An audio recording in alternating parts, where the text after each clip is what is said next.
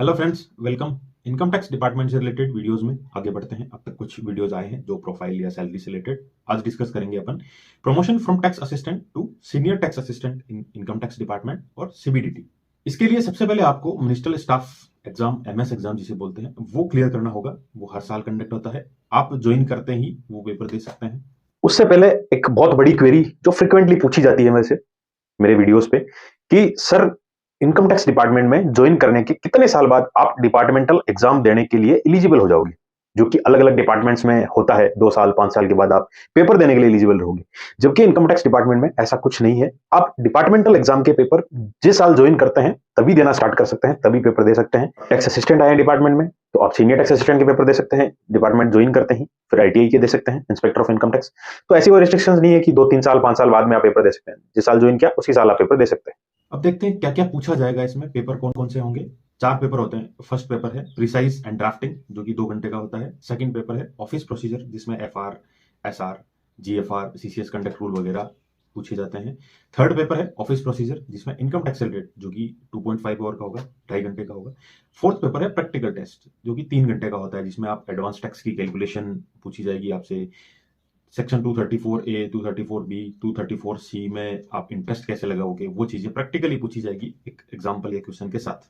और जिनके Hindi compulsory subject नहीं रहा है स्कूलिंग में, उनको एक हिंदी का पेपर भी देना पड़ेगा, जो कि 1 घंटे का होगा। और ये पेपर ज्यादा कोई टफ नहीं आते, आप थोड़ी बहुत प्रिपरेशन के साथ ये क्लियर कर सकते हैं। इनमें वही चीजें आती है जो डिपार्टमेंट में आप वर्क करोगे, जैसे office procedure, FR, SR, CCS conduct rule वगैरह। डीडीओ में जो भी आप काम करते हो उससे रिलेटेड आ जाता है। ऑफिस प्रोसीजर, इनकम टैक्स, जो कि इनकम टैक्स के रूल रेगुलेशंस एक्ट में क्या है, वो चीजें आ जाती है। प्रैक्टिकल टेस्ट, जो कि आपको लाइफ टाइम काम आएगा। आपको टैक्स कैलकुलेशन करना आना चाहिए, एडवांस टैक्स कैसे कैलकुलेट करते हैं वो आना चाहिए, आप इंटरेस्ट कैसे कैलकुलेट करोगे वो भी आना चाहिए। ये सारे बेनिफिट है आपके लिए कि आप ये पेपर में जो पढ़ोगे वो आपकी सर्विस में भी काम आएंगे। इसके अलावा सबसे अच्छी चीज ये है कि 4 पेपर जो होते हैं, आपने मान लीजिए इस साल पेपर दिया, इस साल 2 पेपर आपने क्लियर कर लिए, 4 में से 2 क्लियर हो गए। नेक्स्ट ईयर जब आप पेपर दोगे तो आपको जो 2 क्लियर कर रखे हैं वो नहीं देने, जो बचे हुए हैं वही 2 देने। यानी एक पेपर एक बार में क्लियर कर लिया तो उसको वापस कभी नहीं देना।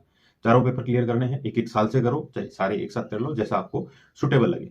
ये चारों पेपर आपके क्लियर है तो 3 साल की service as a tax assistant आप इलिजिबल हो जाओगे प्रमोशन के लिए। और वन टाइम रिलैक्सेशन यानी ओटीआर आ जाए तो 2 साल में भी आप इलिजिबल हो जाओगे प्रमोशन के लिए। ध्यान रहे, ये 1 जनवरी से इफेक्टिव होता है। मान लीजिए आपने 15 सितंबर 2020 को ज्वाइन किया है, तो आपकी जो इलिजिबिलिटी क्राइटेरिया है सीनियर टैक्स असिस्टेंट के लिए, वो 1 जनवरी 2021 से लेके 1 जनवरी 2023, 2 साल हो तो, या 1 जनवरी 2024, जब 3 साल में आपका प्रमोशन हो, यानी 1 जनवरी से इफेक्टिव होता है। Tax assistant to senior tax assistant promotion में रीजन और स्टेट भी मैटर करते हैं। यानी आप किस रीजन में पोस्टेड है, किस स्टेट में पोस्टेड है, वहां कितनी वैकेंसीज है, क्योंकि जब डिपार्टमेंट ने एसएससी को कितनी वैकेंसीज रिपोर्ट की है, उसकी कितने रेशियो में प्रमोशन होंगे, वो सब फैक्टर मैटर करते हैं।